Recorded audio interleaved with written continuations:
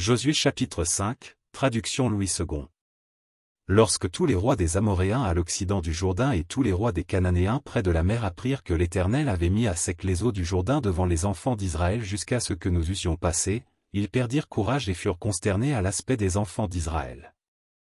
En ce temps-là, l'Éternel dit à Josué, « Fais-toi des couteaux de pierre, et circoncis de nouveau les enfants d'Israël, une seconde fois. » Josué se fit des couteaux de pierre, et il circoncit les enfants d'Israël sur la colline d'Aralot.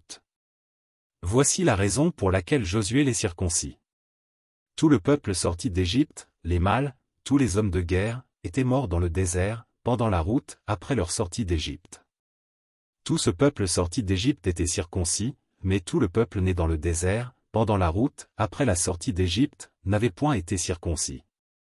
Car les enfants d'Israël avaient marché 40 ans dans le désert jusqu'à la destruction de toute la nation des hommes de guerre qui étaient sortis d'Égypte et qui n'avaient point écouté la voix de l'Éternel. L'Éternel leur jura de ne pas leur faire voir le pays qu'il avait juré à leur père de nous donner, pays où coule le lait et le miel. Ce sont leurs enfants qu'il établit à leur place, et Josué les circoncis, car ils étaient incirconcis, parce qu'on ne les avait point circoncis pendant la route. Lorsqu'on eut achevé de circoncire toute la nation, ils restèrent à leur place dans le camp jusqu'à leur guérison. L'Éternel dit à Josué, « Aujourd'hui, j'ai roulé de dessus vous l'opprobre de l'Égypte. » Et ce lieu fut appelé du nom de Gilgal jusqu'à ce jour. Les enfants d'Israël campèrent à Gilgal, et ils célébrèrent la Pâque le 14e jour du mois, sur le soir, dans les plaines de Jéricho. Ils mangèrent du blé du pays le lendemain de la Pâque, des pains sans levain et du grain rôti, ils en mangèrent ce même jour. La manne cessa le lendemain de la Pâque, quand ils mangèrent du blé du pays, les enfants d'Israël n'eurent plus de manne, et ils mangèrent des produits du pays de Canaan cette année-là.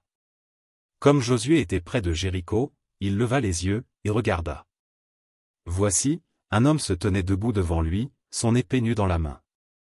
Il alla vers lui, et lui dit, « Es-tu des nôtres ou de nos ennemis ?» Il répondit, « Non, mais je suis le chef de l'armée de l'Éternel, j'arrive maintenant. » Josué tomba le visage contre terre, se prosterna, et lui dit, « Qu'est-ce que mon Seigneur dit à son serviteur ?» Et le chef de l'armée de l'Éternel dit à Josué, « ôte tes souliers de tes pieds, car le lieu sur lequel tu te tiens est saint. » Et Josué fit ainsi.